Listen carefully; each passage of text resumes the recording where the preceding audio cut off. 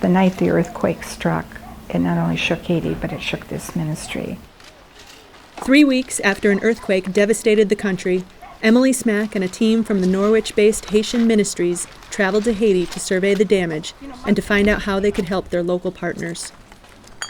The group's mission house, a concrete 2-story structure on the outskirts of Port-au-Prince, was flattened by the quake with 3 staff members still inside. Americans Jillian Thorpe and Chuck Deach were rescued when 3 other members of the staff dug them out of the rubble 10 hours after the quake. It's a building, but when you think of the fact everybody could have been killed, and to think they dug them out of that little tiny space, it's just so small. It's just awful. Thorpe and Deach are recovering back in the States. The 3rd staff member, senior cook Lanette Belladente, was also rescued, but had to have a part of her left leg amputated. Doing well according to her chart. I read her chart. Oh, good. Everybody's praying for you. Thank you. My family is good. Yeah, they are. Yeah. They're just worried about you. The mission house is surrounded by a skinny dirt road dotted by smaller concrete homes.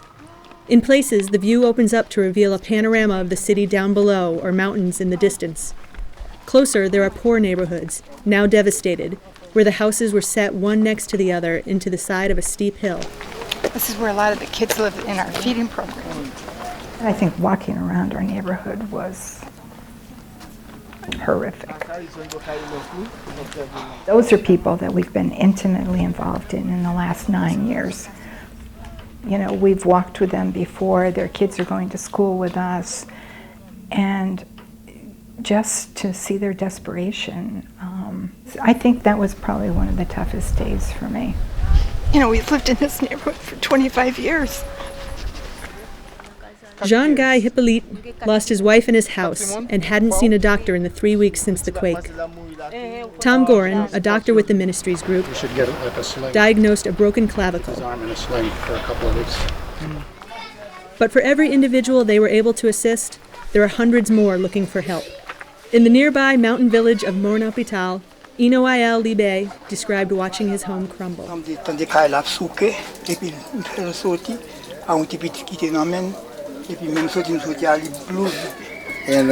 wife felt the house was shaking, and then she ran out, and then the house fell down.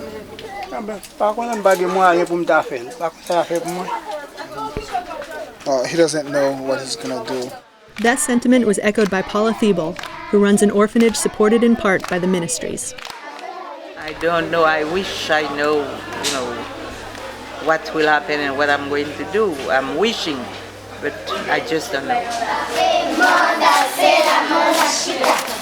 If I tell you what I would like to do is to move and leave this place, even for the hospital or whatever, and move with the kids.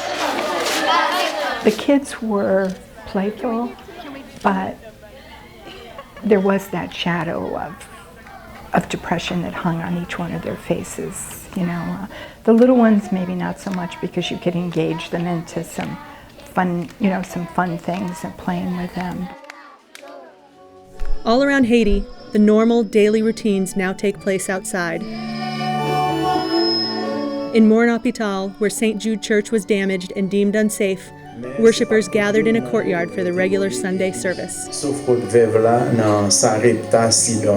Almost everyone sleeps outdoors. Either their homes were destroyed or they are too afraid to go back inside. But another major problem looms, as Haiti's rainy season will arrive any day. Every time I get an email from Dom, I'm just so happy it doesn't say it rained last night. It's really hard to think what the rainy season could be like. I mean, you saw those camps, 10, 20,000 people on the ground, and you get a good flood running through, with the lack of sewage and things. It could be just devastating. It'll be interesting to see what the larger organizations are going to do about temporary housing, because I don't think tents can really be it for very long. It's a short-sighted solution to a major problem. But I don't know what the solution is. For the Ministries, a solution starts small.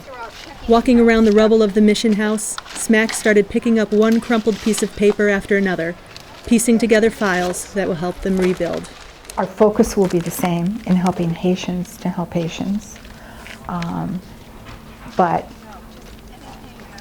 I think we're going to have a much more active role in the rebuilding process in Haiti.